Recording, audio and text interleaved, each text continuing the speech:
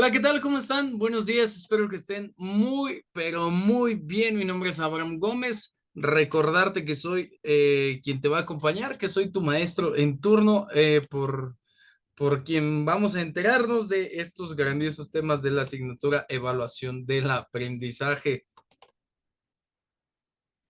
Recordarte, esta es apenas nuestra segunda clase y pues si tú ahí has tenido algún tema pues de la inscripción o con que no puedes ver tus clases o algo. No seas malo, no seas mala, mándame un mensaje de WhatsApp al 55 66 98 0409 o envíame un correíto describiendo el problema al correo, bueno, la dirección electrónica citpedagógico@hotmail.com. En nuestra primera clase, además de la presentación, veíamos eh, algo de los principios, fundamentos y valores de la evaluación, ¿no? ¿Qué es realmente la evaluación? Para hablar de la evaluación del aprendizaje, primero hay que hablar de la evaluación, cómo está tipificada, ¿no? Cuáles son sus conceptos, sus principios, cuál era el discurso de la evaluación en México. Recordar que la evaluación en México era netamente memorística, sumativa, es decir, que iba acumulativa, y que esto se fue traspolando a todos los niveles de la educación, incluso al nivel superior, y que pues esto suponía que los futuros profesionales pues realmente no fueran desarrolladores de su profesión a través de los aprendizajes adquiridos, sino reproductores de técnicas, procesos y procedimientos propios de su formación profesional. Encontramos que para el diseño, la década de 1960, encontramos un debate entre qué había que evaluar, si lo cuantitativo o lo cualitativo. Y por ahí ya se empezaban a exponer a través del diseño curricular, a través de nuevos modelos y paradigmas de evaluación, nuevas formas o nuevas alternativas para poder desarrollar una mejor evaluación de los aprendizajes.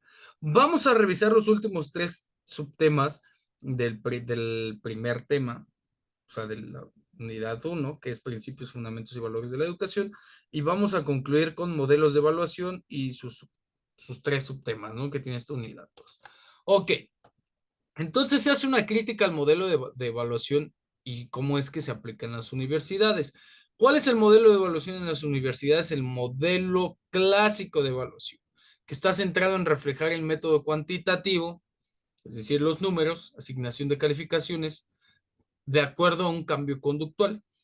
Se hace referencia a los modelos basados en la consecución de metas y objetivos, de los modelos basados en la formulación de juicios y de los modelos facilitadores para la adopción de decisiones, es decir, un modelo cuadrado. ¿Sale? Esta evaluación lineal está enfocada en la medición de estándares generalizados, es decir, a todos los vamos a medir con la misma vara, independientemente de sus habilidades cognitivas. Vamos a optar por los resultados esperados, vamos a ponderar un aprendizaje memorístico, un aprendizaje mecánico, y vamos a poner la figura del docente como aquel que realiza los contenidos de aprendizaje, y el alumno pues nada más es mero, pues sí, un agente que absorbe estos conocimientos, ¿no? Este tipo de evaluación en las universidades de manera clásica se centra en la parte final, que es nada más y nada menos que el resultado.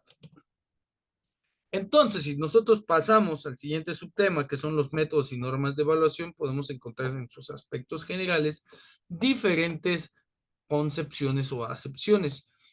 Hay dos métodos de evaluación: los métodos tradicionales, que están referidos al estándar, que era lo que ya platicábamos, a una calificación, a asignar conductas o normativas de resultado que todos deben de tener, y si no lo tienen, se hace una evaluación en donde se centran por encima, en la media o por debajo de la media, ¿no?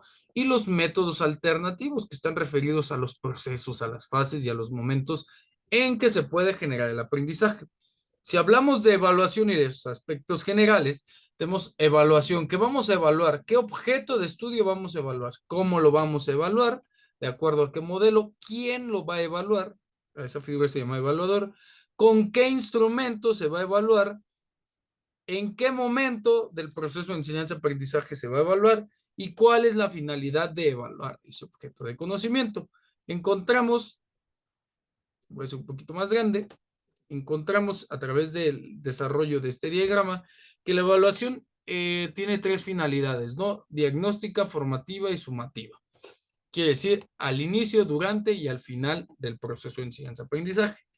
La evaluación como objeto, pues es de acuerdo al contexto, a las necesidades, a los objetivos, a los contenidos, a las situaciones, a los profesores, al alumno, a la metodología y a los recursos. La evaluación como un modelo, pues puede ser un modelo experimental, naturalista, basado en la demanda, basado en los costos, en la toma de decisiones, en la verificación de los logros, en una evaluación de un modelo cuantitativo o cualitativo. ¿Quién va a evaluar? Pueden evaluar a los profesores, los alumnos, un equipo directivo, el usuario, un experto, puede ser autoevaluación, heteroevaluación, coevaluación y de manera interna o externa. ¿Con qué instrumento vamos a evaluar? A través de la observación, a través de las entrevistas, de los cuestionarios, de los test, pruebas objetivas, de escalas, de validez, de fiabilidad y de pertinencia, perdón. Cuando al inicio, de manera continua, es decir, vamos a estar en un proceso de evaluación continua, al final o de manera diferida, ¿sale? En distintas fases de este proceso. ¿Cuáles son los referentes? Pues la coherencia con las finalidades definidas por la política de formación, es decir, que sea coherente entre lo que quiero evaluar con lo que estoy planificando, ¿no? La adecuación a las necesidades formativas en su contexto inmediato. ¿Qué quiere decir? Que realmente el desarrollo de habilidades esté adecuado al contexto, es decir, no quiero desarrollar habilidades de patinaje en una persona que vive en Acapulco, ¿no? Sería algo muy difícil. Sin embargo, sí se puede lograr si el instrumento de evaluación es adecuado. Adecuarlo a determinados principios psicopedagógicos para que sea un instrumento de evaluación, no de asignación de una calificación. Estos son los métodos, las normas de evaluación y los aspectos generales que comprenden a la evaluación de manera general, perdón la redundancia. La importancia, el tema 1.6, la importancia del desarrollo metacognitivo en el proceso de evaluación educativa. ¿Qué es la metacognición? Para entender la importancia del desarrollo metacognitivo debemos de entender qué es la metacognición. ¿Sale? Y aquí quiero que vean esta escalerita que tenemos por acá.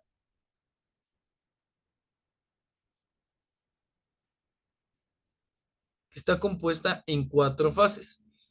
La metacognición es una concepción polifacética, es decir, que tiene muchas caras. Está generada durante investigaciones educativas, principalmente llevadas a cabo durante experiencias de clase, es decir, dentro del salón. Entre los variados aspectos de la metacognición podemos destacar, los siguientes. Este proceso de la metacognición se refiere al conocimiento, concientización, control y naturaleza de los procesos de aprendizaje. Ojo, conocer, concientizar, controlar la naturaleza de los procesos de aprendizaje. ¿De qué manera? Personal, intrapersonal. El aprendizaje metacognitivo puede ser desarrollado mediante experiencias de aprendizaje adecuadas. Cada persona tiene de alguna manera puntos de vista metacognitivos, algunas veces en forma inconsciente. De acuerdo a los métodos utilizados por los profesores durante la enseñanza, se pueden alentar o desalentar estas tendencias metacognitivas en los alumnos. Recordar que en la clase pasada estamos hablando de aprendizajes significativos y que la metacognición pondera el desarrollo del aprendizaje de manera interna. Sale de acuerdo a estas 4 fases. Desde otra perspectiva, la metacognición sostiene que es el estudio que se inicia con un especialista en psicología cognitiva y que le explica diciendo que hace referencia al conocimiento de los propios, ojo, la metacognición hace referencia al conocimiento de los propios procesos cognitivos, es decir, yo debo de aprender cómo aprendo, de los resultados de estos procesos y de cualquier aspecto que se relacione con ellos.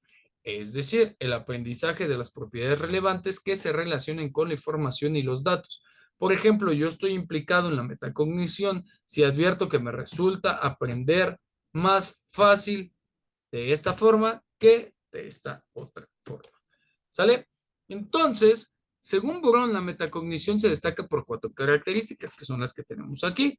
Llegar a conocer los objetivos que se requieren alcanzar con el esfuerzo mental. Ok, muchachos, el objetivo general de la asignatura es, pongan atención que al término del curso, ustedes categoricen los principios, fundamentos y valores de la evaluación a través de sus modelos y situar la evaluación dentro del proceso de enseñanza-aprendizaje, con la finalidad de aplicar los tipos de evaluación y las técnicas e instrumentos de evaluación del aprendizaje. ¿Están conscientes? No, muchachos, se los paso. Lo quiero escrito, me lo traen como tarea. ¿Qué va a ser? La reflexión. ¿Qué es lo que debo de aprender al final de esto? Ya le estamos dando a conocer. Esa es la primera parte. La segunda, la posibilidad de elección de las estrategias para conseguir los objetivos planteados.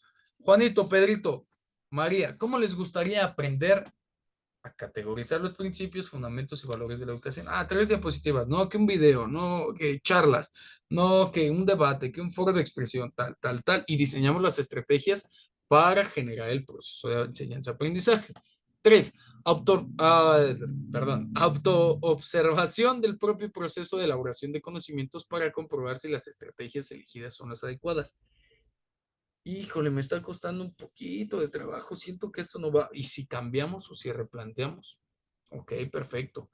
Número 4, evaluación de los resultados para saber hasta qué punto se han logrado los objetivos. Ok, tenemos que aprender esto. ¿Lo aprendimos? A ver, ¿qué es evaluación? ¿Qué es metacognición? Ok. ¿Qué pasó en 1960? Es decir, comprobar que estemos adquiriendo esta información y que la estemos adaptando a nuestro esquema, a nuestro sistema cognitivo. En la literatura, perdón, se suele resumir esta secuencia diciendo que la metacognición requiere saber qué objetivos se requieren conseguir y saber cómo lo vamos a conseguir para generar un aspecto o un sentido de autorregulación o estrategia para conseguir los resultados esperados. Y entiéndase resultados esperados por el desarrollo de la habilidad, no por el cambio conductual.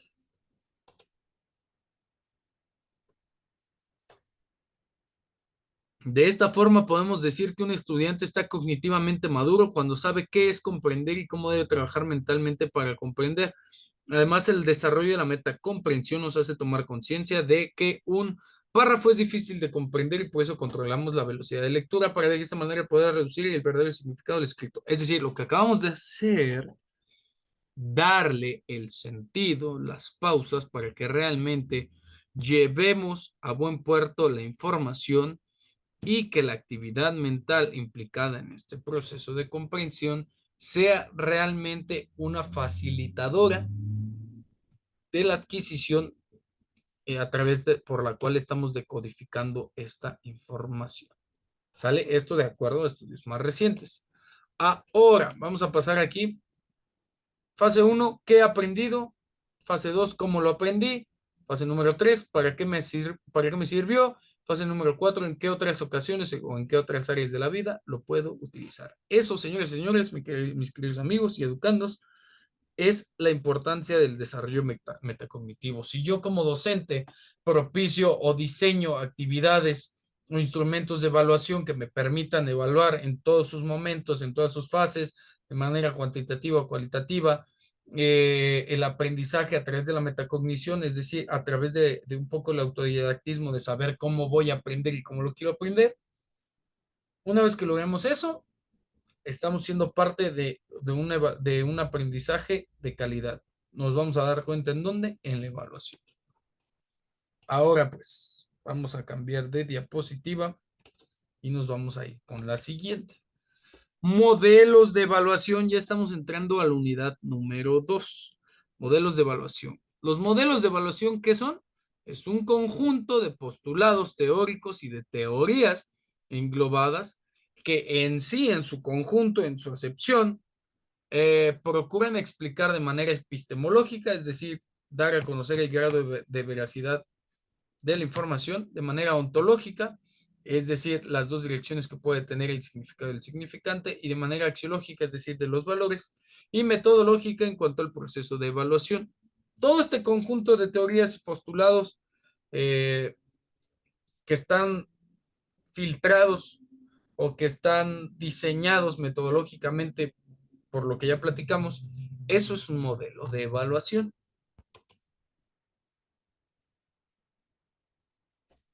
Ahora, si nos vamos a la diapositiva, vamos a conocer cómo se generaron los primeros modelos de evaluación. Esto es el génesis, lo que conocemos como el génesis.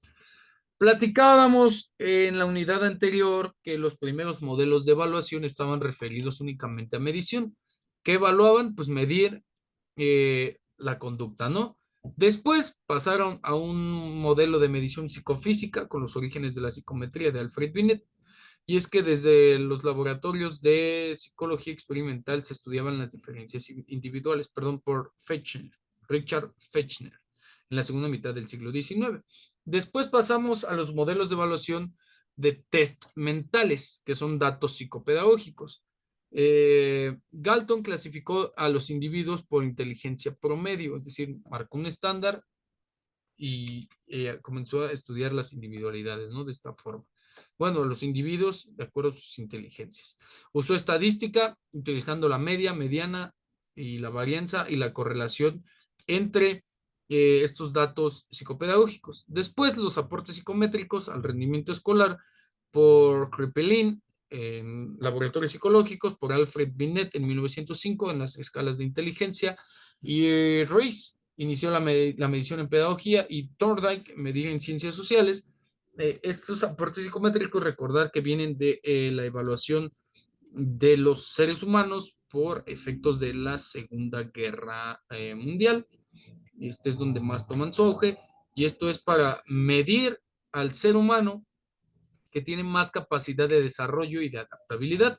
Estas prácticas medicionistas son la primera generación de la evaluación. Evaluábamos de manera psicofísica, de manera conductual, de manera psicopedagógica y en cuanto al rendimiento dentro de la escuela. ¿Por qué? Porque nos empezamos a dar cuenta que la repetición y la memoria son a corto y a mediano plazo y que debe de existir una forma de poder seguir acompañando este proceso de enseñanza-aprendizaje y que no se pierda después de un desuso de la información. ¿Sale? Es por eso que llegamos a esta parte de los modelos de evaluación.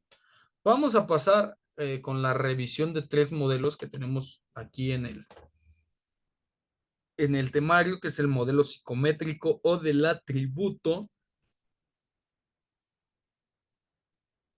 el modelo de evaluación conductual, de la evaluación educativa tradicional y los nuevos modelos de educación, de evaluación educativa, perdón.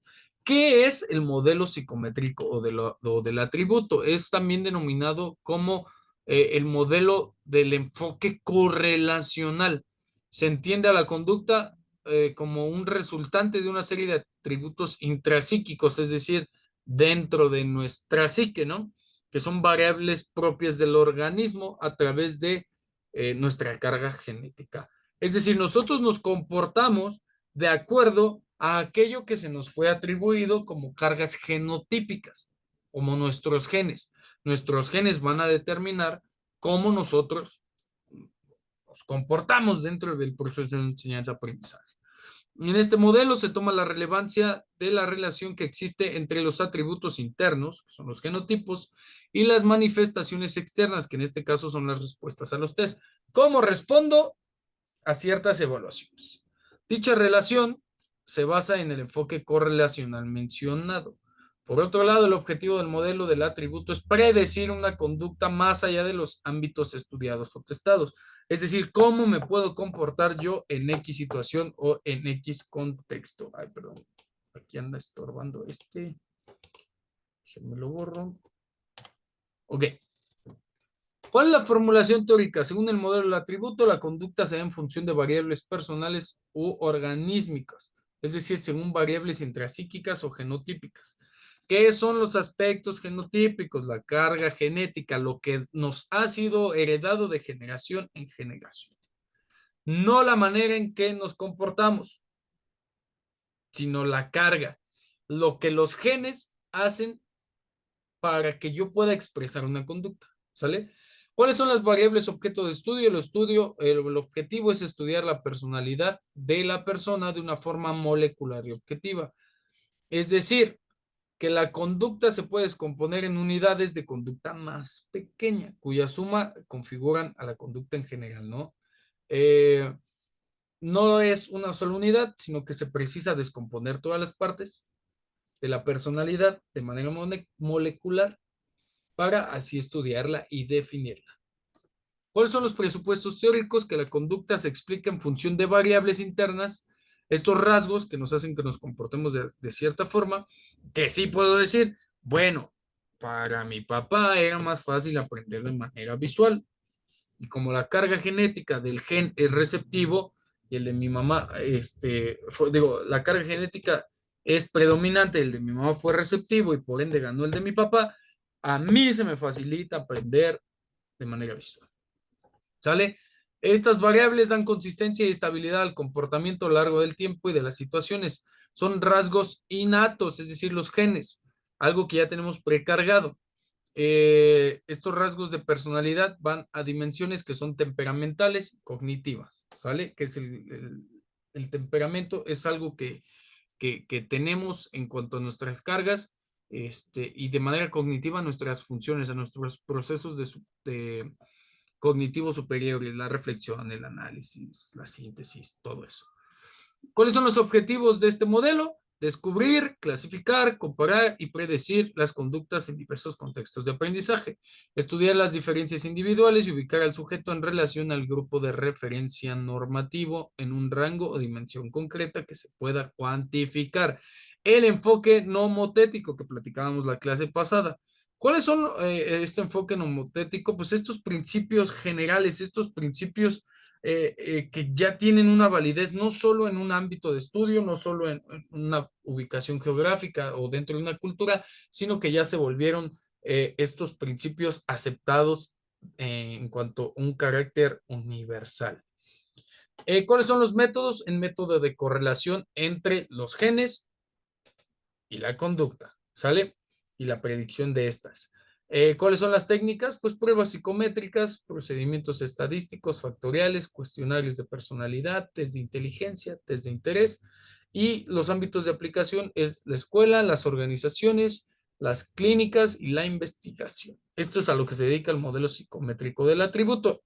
Si lo llevamos a la evaluación del aprendizaje y si lo llevamos al salón de clases, pues es qué cargas genéticas tiene un niño para que se pueda desarrollar en cierto nivel, llámese preescolar, primaria, secundaria, en cierto grado, primero, segundo, tercero, cuarto, quinto, sexto, dependiendo del nivel, educación superior, y cómo afecta que yo realice mis evaluaciones de acuerdo a esto, porque por ahí vamos a encontrar que el docente o los pedagogos o los maestros o los profesores deben de desarrollar ojo clínico para a través de la observación de estos atributos poner al alumno en el contexto que debe de ser.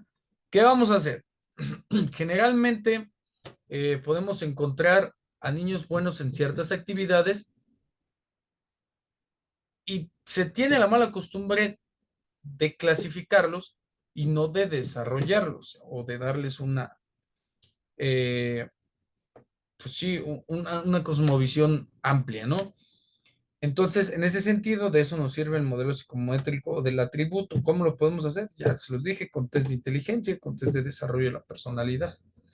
Ahora, el segundo modelo es el modelo de evaluación conductual, que es un modelo de evaluación educativa tradicional. Ojo a la imagen, ¿eh? No pierdan de vista la imagen. Generalmente este modelo se visualiza desde la corriente conductista, donde se considera que los procesos de instrucción están sustentados en el adiestramiento y acondicionamientos del individuo, que no es otra cosa más que un entrenamiento de una conducta deseada. De modo que se responde a estímulos externos a través de conductas manifiestas que puedan ser observadas, razón por la cual el recurso didáctico por excelencia constituye la instrucción programada operacionalizada mediante diseños. Y esto es, yo voy a diseñar mis planeaciones, mis sesiones, mis contenidos temáticos para expresar una conducta. Ok. ¿Entregó reporte de lectura? Sí. Entregó análisis, entregó resumen, los entregó en tiempo y forma, los entregó títulos con rojo, subtítulos con azul, todo lo demás tinta negra, sí. 1, 2, 3, 4, 5 parámetros es igual a 10. Cada uno vale 2 puntos. Ese es un modelo de evaluación educativa tradicional, el modelo que algunos de nosotros tuvimos. Esta postura se considera que el aprendizaje se determina al medir productos y por ende la evaluación también. Desde esta concepción, el estudiante al ser entendido como un sujeto pasivo, es decir, usted nada más ponga atención a lo que le estoy pidiendo, hágalo y no más. Lo puede hacer de esta forma. De esta forma, el sujeto se convierte en receptor de influencias guiadas a través de un medio externo. ¿A través de quién? Del docente, ¿no? Reproduce estas respuestas o estas conductas observables sin adquirir otros aspectos importantes como el desarrollo de habilidades. Y esto es, ok, tiene 10, tiene una estrellita, todos deberían de ser como Pedrito. Pedrito entrega todo. Aunque Pedrito no sepa ni lo que entregó, está entregando, y eso, este modelo de evaluación conductual, que es la conducta deseada, que es entregar, le está ponderando un 10 de calificación, que lo único que nos dice es que Pedrito es aplicado y no que Pedrito adquirió los aprendizajes. ¿Sale? Eso es lo que vamos a entender aquí. Si nos vamos a la parte de la evaluación, con acuerdo a esta postura tradicional o conductual, la evaluación se convierte o adquiere un carácter sumativo, es decir, si entregó, si entregó, si entregó, si entregó, si entregó, entonces 10 más 10 más 10 más 10 más 10 dividido entre 10 es 10. Usted sacó 10. Los criterios de evaluación son objetivos, son establecidos con anterioridad, son denominados específicos, instruccionales, son formulados en términos de conductas observables, medibles y cuantificables. ¿Sale? Sin embargo, no constituye en sí una evaluación en la parte educativa, en la parte de aprendizaje. Lo único que estamos haciendo es asignar un valor numérico a la cantidad de veces que el alumno se comporta de manera deseada. No estamos valorando el contenido, sino la expresión de las conductas que hemos impuesto, ¿no? De alguna forma, a través de la evaluación o a través de un arquetipo o a través de un esquema de entrega. Evaluar desde esta óptica conductual o tradicional no hace referencia a que vamos a evaluar o que estamos considerando las diferencias individuales, sino que estamos evaluando un patrón que se vuelve siempre el mismo. Bueno, de hecho es la característica de un patrón, pero que no tiene forma, que siempre es a rajatabla, que siempre es estricto, es cuadrado. ¿Sale? Entonces, de acuerdo a este modelo, pues nos podemos basar en el análisis observacional de la conducta con base en estímulos y respuestas, es sumativo, se persiguen fines, es decir, resultados, no particularidades.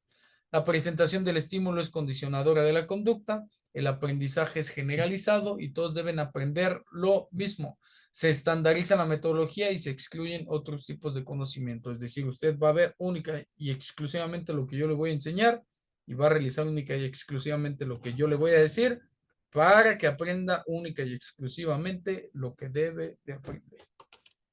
En este sentido, encontramos que como no es tan funcional o como que la época de oro de este tipo de evaluación ya perdió su auge, encontramos diferentes modelos de evaluación educativa.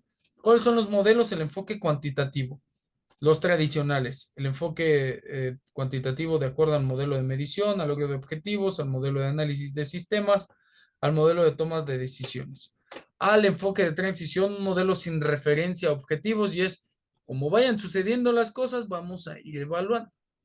Al enfoque cualitativo, que está basado en un modelo de la crítica artística, un modelo iluminativo y un modelo respondiente, democrático.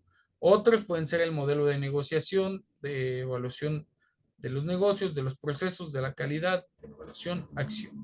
Es decir, todos estos nuevos modelos de la evaluación educativa están centrados en los procesos, las etapas de desarrollo, en las etapas de crecimiento, en los momentos, en las fases, en los tiempos, en los objetivos, en las habilidades, en las dinámicas de aprendizaje y en qué aprendizajes estoy adquiriendo.